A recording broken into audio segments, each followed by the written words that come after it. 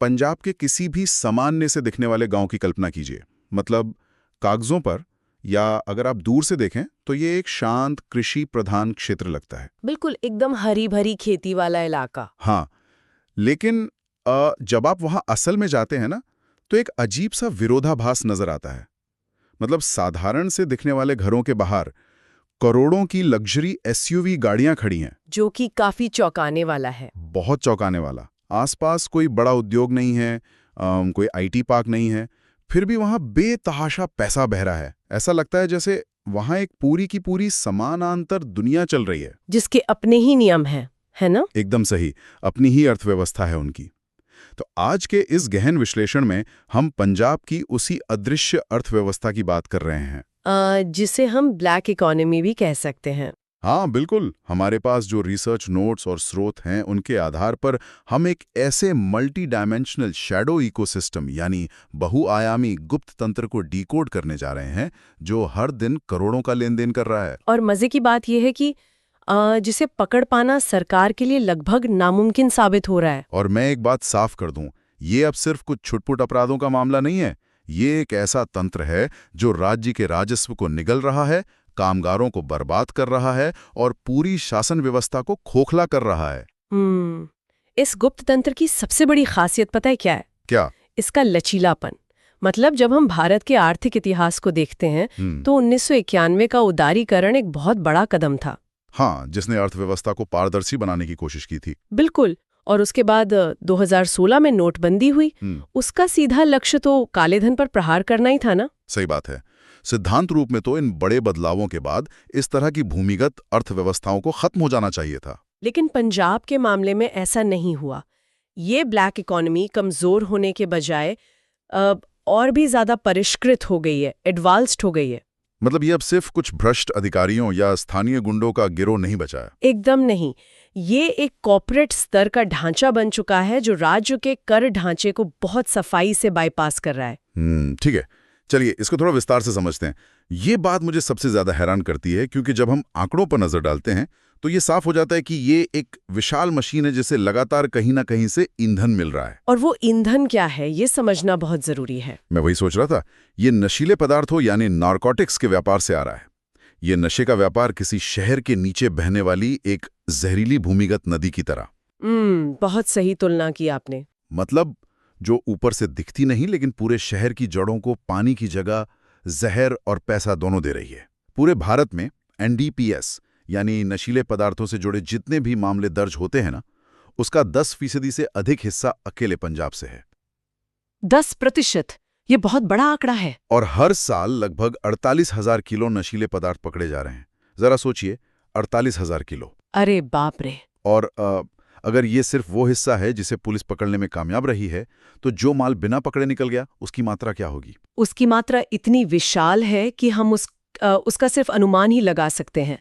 यहाँ जो बात सबसे दिलचस्प है वो ये है कि हमें नशीले पदार्थों की समस्या को सिर्फ एक कानून व्यवस्था या सामाजिक पतन के चश्मे से देखना बंद करना होगा। तो फिर इसे किस नजरिए से देखें? असली मुद्दा वो असीमित नकद है, कैश है, जो ये व्यापार हर दिन पैदा कर रहा है। ये सिर्फ एक सामाजिक समस्या नहीं है, ये एक बहुत बड़ा वित्तीय इंजन है। अच्छा, वित्तीय इंजन। हाँ, जब आपके पास हर शाम बोरियों में भरकर कैश आता है तो आप उसे सीधे बैंक में तो जमा नहीं कर सकते ना। बिल्कुल नहीं, इनकम टैक्स वाले तुरंत आ जाएंगे। वही तो, यहीं से एक पूरा समानांतर ढांचा जन्म लेता है। ये अथाह नकद सबसे पहले अनौपचारिक कर्ज बाजार में जाता है, यानी इनफॉर्मल क्रेडिट मार्केट। हाँ, जिन लोगों को बैंकों से लोन नहीं मिलता, उन्हें बिना किसी कागजी कार्रवाई के मनमाने और ऊंचे ब्याज दरों पर ये पैसा उधार दिया जाता है। और यहीं पर मुझे हवाला नेटवर्क के बारे में एक बात समझनी है। हम बार बार सुनते हैं कि ड्रग्स का पैसा हवाला के जरिए विदेश जाता है या वहां से आता है। हवाला बहुत अहम हिस्सा है इसका। तो अगर किसी को बिल्कुल आसान भाषा में समझना हो तो ये हवाला असल में काम कैसे करता है, क्योंकि बॉर्डर पर तो हर जगह इतनी कड़ी चेकिंग है। फिर ये पैसा रातों रात दुबई या कनाडा कैसे पहुंच जाता है? देखिए, हवाला पूरी तरह से भरोसे और एक अदृश्य बही खाते पर आधारित है। इसमें कोई भौतिक मुद्रा मतलब फिजिकल करेंसी बॉर्डर पार नहीं करती। एक मिनट, फिजिकल करेंसी बॉर्डर पार नहीं करती, तो फिर पैसा कैसे जाता है? मैं एक उदाहरण से समझाती हूँ। मान लीजिए किसी को पंजाब से दुबई 1 करोड़ रुपए भेजने हैं। वो व्यक्ति पंजाब में एक हवाला ऑपरेटर को 1 करोड़ रुपए नकद देगा। ठीक है, दे दिए। अब वो ऑपरेटर दुबई में बैठे अपने पार्टनर को फोन या मैसेज करेगा और एक कोड वर्ड या टोकन नंबर देगा। जैसे फिल्मों में होता है। हाँ, अक्सर ये किसी पुराने नोट का सीरियल नंबर होता है। फिर दुबई वाला ऑपरेटर उस कोड वर्ड को कंफर्म करेगा और अपनी जेब से उस व्यक्ति के संपर्क को दुबई में 1 करोड़ रुपए के बराबर की रकम दे देगा। मतलब पंजाब वाले ने दुबई वाले को कोई पैसा भेजा ही नहीं? बिल्कुल नहीं। दोनों ऑपरेटर बाद में अपने लेन देन को व्यापारिक बिलों या अंडर इनवॉइसिंग के जरिए सेटल कर लेते हैं।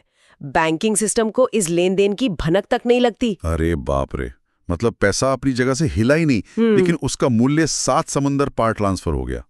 कमाल का और खतरनाक सिस्टम है।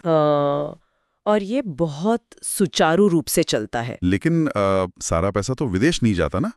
जो हजारों करोड़ रुपए पंजाब के अंदर जमा हो रहे हैं, उन्हें कहीं ना कहीं तो कानूनी शक्ल देनी होगी। बिल्कुल, काले धन को सफेद तो करना ही पड़ता है। मुझे तो ये ड्रग्स के पैसे को सफेद करने का मामला कुछ ऐसा लगता है जैसे आप किसी बहुत बड़े फायर होज यानी पानी की बेहद तेज धार वाले पाइप को बगीचे के एक छोटे से स्प्रिंकलर से जोड़ने की कोशिश कर रहे हो। बहुत दिलचस्प एनालॉजी है ना?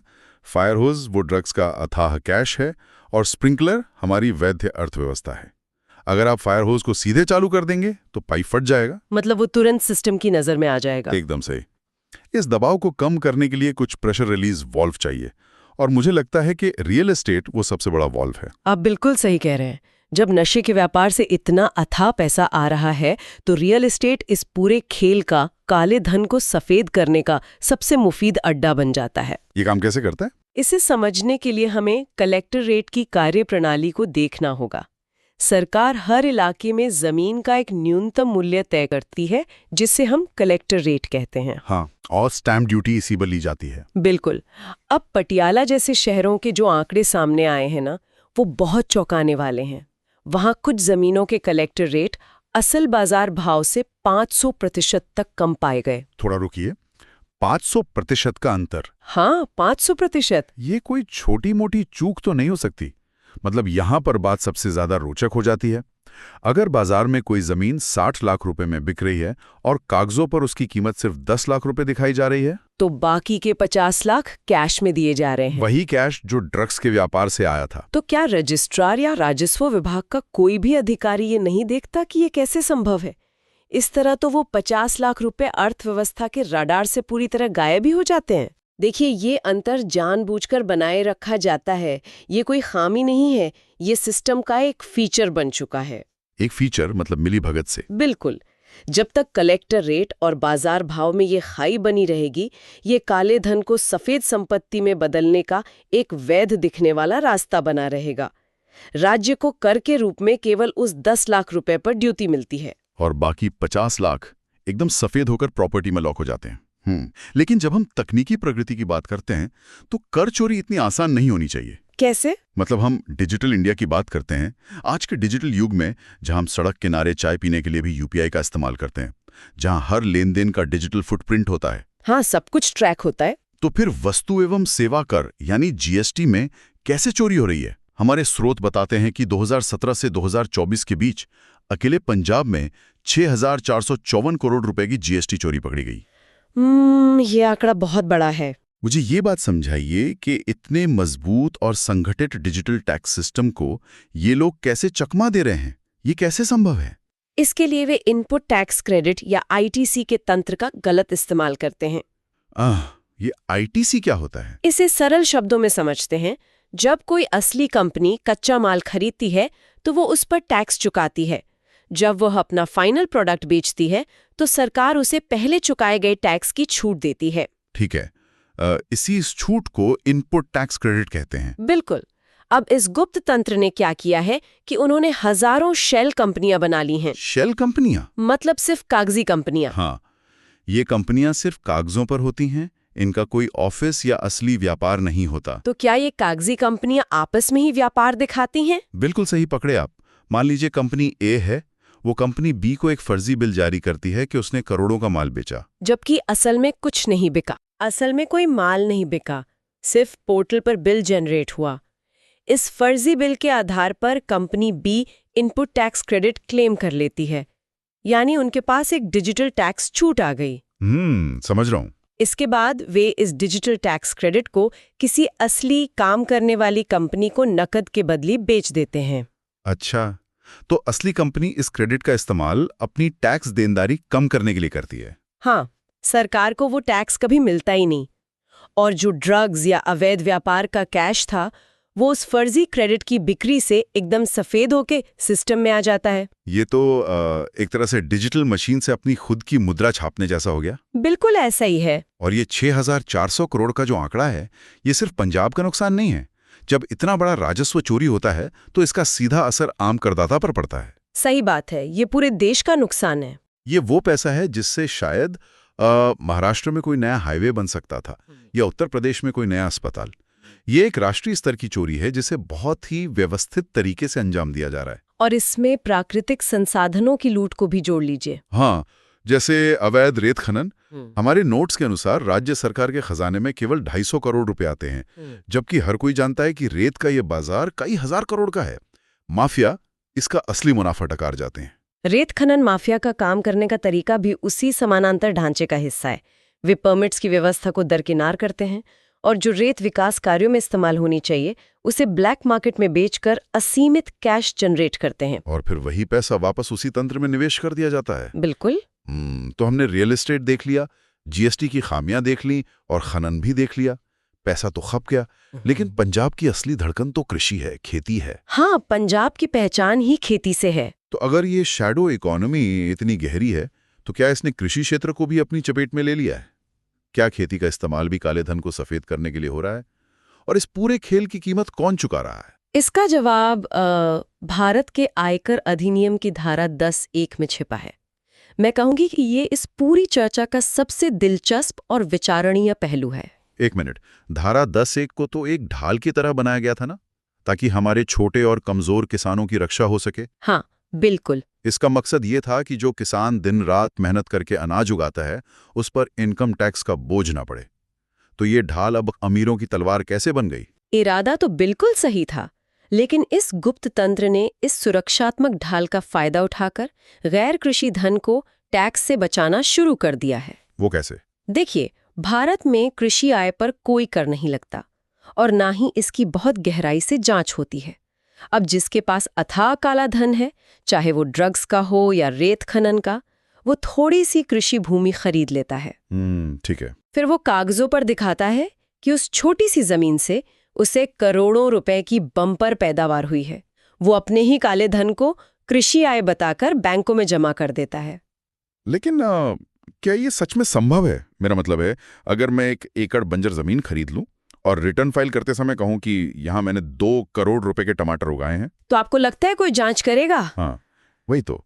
क्या आयकर विभाग या राजस्व विभाग का कोई अधिकारी ये चेक करने नहीं आएगा कि सच में वहां कोई फसल थी भी या नहीं? ये तो बहुत आसानी से पकड़ा जाना चाहिए। यहाँ 2 बड़ी समस्याएं हैं। पहली है राज्य की क्षमता, मतलब स्टेट कैपेसिटी। हाँ, लाखों लोग जब कृषि आय दिखा रहे हों तो हर एक खेत में जाकर जांच करना व्यवहारिक रूप से बहुत मुश्किल है। उनके पास इतना मैन पावर या रियल टाइम डेटा ही नहीं है। और दूसरी समस्या है सिस्टम की मिलीभगत। जब बड़े प्रभावशाली लोग इस तरीके का इस्तेमाल करते हैं तो कोई भी अधिकारी उस फाइल को खोलकर देखना नहीं चाहता। अरे बाप रे! इस तरह वो खेत असल में फसल उगाए या ना उगाए, लेकिन वो काला धन जरूर सफेद करके उगा रहा है। ये एक भयानक विडंबना है। जो कानून एक गरीब किसान को बचाने के लिए था, वो अब एक ड्रग माफिया को टैक्स से बचा रहा है। बिल्कुल। अगर हम इसको बड़े पैमाने पे देखें तो ये कोई बिना पीड़ित का अपराध नहीं है, मतलब विक्टिमलेस क्राइम नहीं है। हाँ, और इन सब के बीच उस मजदूर का क्या जो सच में उस खेत में काम कर रहा है? इस पूरे खेल का सामाजिक प्रभाव क्या है? प्रभाव बहुत गहरा और विनाशकारी है। पंजाब का कृषि मजदूर बाजार पूरी तरह से अनौपचारिक है। मतलब कोई लिखित अनुबंध नहीं होता है? कोई लिखित अनुबंध नहीं, सब कुछ नकद में चलता है। इसका सीधा मतलब है कि इन मजदूरों के पास कोई स्वास्थ्य बीमा नहीं है, कोई पेंशन नहीं है, कोई सुरक्षा नहीं है। और यहीं पे हमारे स्रोत के आंकड़े डरावने हो जाते हैं। आज पंजाब में 7.5 लाख लोग ओपियोइड यानी गंभीर नशे पर निर्भर हैं। 7,20,000 लोग। ये सिर्फ एक नंबर नहीं है। बिल्कुल नहीं, ये एक बहुत बड़ी कामकाजी आबादी है जो अब अर्थव्यवस्था में योगदान देने के लायक नहीं बची है। और जब घर का कमाने वाला व्यक्ति नशे की गिरफ्त में आ जाता है तो परिवार क्या करता है? वो कर्ज लेता होगा। हाँ, वो उसके इलाज के लिए या घर चलाने के लिए उसी अनौपचारिक कर्ज बाजार के पास जाता है जहां से ऊंचे ब्याज पर पैसा मिलता है। ये एक दुष्चक्र है। जो तंत्र आपको नशा दे रहा है वही तंत्र आपको कर्ज भी दे रहा है। हे भगवान, ये तो मतलब चारों तरफ से फंसाने वाली बात है। राज्य के पास पैसा नहीं आ रहा है, इसलिए बुनियादी ढांचे का विकास नहीं हो रहा है और नशे की वजह से काम करने वाले लोगों की क्षमता खत्म हो रही है। सही बात है। और वो 2020 का माजा शराब कांड याद है, जहां अवैध शराब पीने से 100 से ज्यादा लोगों की जान चली गई थी। बहुत ही दुखद घटना थी वो। जब राज्य अपनी अर्थव्यवस्था पर नियंत्रण खो देता है तो ऐसी ही घटनाएं होती हैं। ये सीधा सीधा राज्य का शरण है। बिल्कुल। लेकिन जब तबाही इतनी साफ साफ दिख रही है तो इसे रोका क्यों नहीं जा रहा? मैं ये मानने को तैयार नहीं हूं कि सरकार के पास पावर नहीं है। कोई भी प्रशासन अपनी आंखों के सामने इस तरह का समानांतर राज चलते हुए कैसे देख सकता है? इसे न रोक पाने के पीछे एक बहुत बड़ा संस्थागत गतिरोध है। सबसे पहली बात तो यह है कि पंजाब के पास अपनी इस भूमिगत अर्थव्यवस्था का कोई ठोस आधिकारिक डेटा ही नहीं है। डेटा ही नहीं है? जी, अगर आपको ये ही नहीं पता कि बीमारी कितनी गहरी है तो आप सर्जरी कैसे करेंगे? और दूसरा कारण शायद वो नेक्सस है ना? हाँ, पुलिस, नौकरशाही और नेताओं की वो सांठगांठ जो इस तंत्र को बचाती है। और हम यहाँ किसी एक राजनीतिक दल की बात नहीं कर रहे हैं, क्योंकि स्रोत स्पष्ट करते हैं कि ये एक प्रणालीगत खामी है। सरकारें बदलती रहती हैं, लेकिन ये तंत्र वैसे का वैसे ही चलता रहता है। बिल्कुल।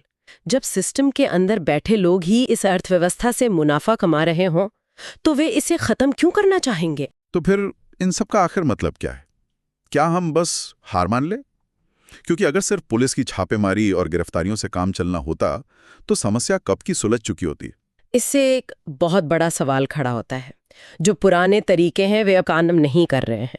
पुलिस की जीपें दौड़ाना, कुछ किलो ड्रग्स पकड़ लेना या किसी अवैध रेत के ट्रक को जब्त कर लेना, हाँ, ये सब सिर्फ प्रतिक्रियाशील कार्रवाई है। मतलब रिएक्टिव एनफोर्समेंट। अपराध हो गया, उसके बाद आप कार्रवाई कर रहे हैं। तो राज्य को क्या करना चाहिए? राज्य को निवारक और डेटा आधारित शासन की ओर बढ़ना होगा। मतलब प्रिवेंटिव और डेटा ड्रिवन गवर्नेंस। ये निवारक शासन जमीन पर कैसा दिखेगा? अगर हम इस नेक्सस को तोड़ना चाहते हैं तो तकनीक हमारी कैसे मदद कर सकती है? तकनीक गेम चेंजर साबित हो सकती है। मान लीजिए हम जीएसटी धोखाधड़ी को रोकना चाहते हैं। इसके लिए सरकार को आर्टिफिशियल इंटेलिजेंस मतलब एआई और बिग डेटा का इस्तेमाल करना होगा। एआई कैसे मदद करेगा इसमें? एआई सिस्टम लाखों ट्रांजैक्शन को कुछ ही सेकंड में स्कैन करके बता सकता है कि कौन सी कंपनी फर्जी बिल बना रही है, उनका रिस्क प्रोफाइल क्या है। और रियल एस्टेट के मामले में वहां तो कलेक्टर रेट का खेल है। रियल एस्टेट में संपत्तियों के असली बाजार भाव का एआई द्वारा रियल टाइम मूल्यांकन होना चाहिए। बिग डेटा का उपयोग करके एक डैशबोर्ड बनाया जा सकता है जो इलाके के असली भाव को ट्रैक करे, ताकि कोई 50 लाख की जमीन 10 लाख में रजिस्टर न करवा सके। एकदम सही। और खनन के परमिट की end to end digital tracking होनी चाहिए। परमिट जारी होने से लेकर ट्रक के पहुंचने तक जीपीएस ट्रैकिंग अनिवार्य हो। ये सब बहुत तार्किक लगता है। और सबसे जरूरी बात जो मुझे समझ में आ रही है वो ये है कि पुलिस को अपना फोकस बदलना होगा। नशीले पदार्थों के व्यापार में सिर्फ खेप पकड़ने के बजाय मनी ट्रेल को ट्रैक करना होगा। हाँ, पैसे के लेन देन के रास्ते को। अगर आप उस वित्तीय इंजन को तोड़ देंगे, उस नकद प्रवाह को सील कर देंगे, तो भौतिक व्यापार अपने आप दम तोड़ देगा। ये बात 100% सही है। एक तस्कर के जेल जाने से कोई फर्क नहीं पड़ता, उसकी जगह लेने के लिए 10 और तैयार हैं। लेकिन अगर आप पैसे को ब्लॉक कर देते हैं तो पूरा ढांचा भरभरा कर गिर जाएगा। लेकिन इन सब तकनीकी सुधारों के लिए एक बेहद मजबूत संस्थागत इच्छा शक्ति की जरूरत होगी। जब तक वो सांठगांठ नहीं टूटती, कोई भी एआई सॉफ्टवेयर काम नहीं करेगा। बिल्कुल। तो आज की इस लंबी चर्चा को अगर हम समेटें तो सबसे बड़ी सीख ये है कि पंजाब की ये अनौपचारिक अर्थव्यवस्था या काली अर्थव्यवस्था अब कोई किनारे की चीज नहीं रही। ये तो अब राज्य की मुख्य आर्थिक पहचान बन चुकी है। हाँ, ये पूरे तंत्र के लिए एक बहुआयामी संकट है जिसने राजस्व, समाज और शासन व्यवस्था तीनों पर एक साथ हमला किया है। और श्रोताओं के लिए ये समझना बहुत जरूरी है कि ये सिर्फ एक राज्य की बात नहीं है, ये पूरी दुनिया के लिए एक केस स्टडी है। बिल्कुल। कि कैसे समानांतर अर्थव्यवस्थाएं सिस्टम के अंदर रहकर ही हमारे ही कानूनों का इस्तेमाल करके सिस्टम को कैसे खोखला करती हैं। सही कहा आपने। अब आज के इस गहन विश्लेषण से विदा लेने से पहले मैं चाहता हूं कि हम एक ऐसे विचार पर गौर करें जो थोड़ा असहज करने वाला है। वो क्या है? हमने अभी बात की कि कैसे एआई, बिग डेटा और रियल टाइम डिजिटल ट्रैकिंग इस समस्या का समाधान हो सकते हैं। और मान लेते हैं कि आने वाले कुछ सालों में सरकारें सच में इतनी सक्षम हो जाती हैं कि वे इन भौतिक माफिया नेटवर्क को पूरी तरह रोक दें? हाँ, ट्रकों को और नकदी से भरे सूटकेसों को ट्रैक करके रोक देती है। लेकिन जरा सोचिए, अगर कल को एआई और डिजिटल ट्रैकिंग सच में इन भौतिक माफिया नेटवर्क्स को खत्म कर दें, तो क्या ये विशाल गुप्त तंत्र इतनी आसानी से हार मान लेगा? मुझे तो नहीं लगता। या फिर क्या ये पूरा का पूरा इकोसिस्टम क्रिप्टो करेंसीज और डार्क वेब की उस डिजिटल दुनिया में शिफ्ट नहीं हो जाएगा, जहां किसी अधिकारी का पहुंचना लगभग नामुमकिन है? ये बहुत ही डरावनी संभावना है। आज तो हम कम से कम लग्जरी गाड़ियां और बड़ी संपत्तियां देखकर शक कर सकते हैं, लेकिन अगर कल को ये अरबों का व्यापार एक अदृश्य डिजिटल वॉलेट में सिमट गया, तो क्या हमारी सरकारें इस नए अदृश्य दुश्मन से लड़ने के लिए तैयार हैं? ये तो आने वाला वक्त ही बताएगा। बिल्कुल। तो इस सवाल के साथ हम आज की ये चर्चा यहीं समाप्त करते हैं। इस जानकारी पर खुद भी विचार जरूर कीजिएगा। अगली बार एक नए विषय के साथ फिर मिलेंगे।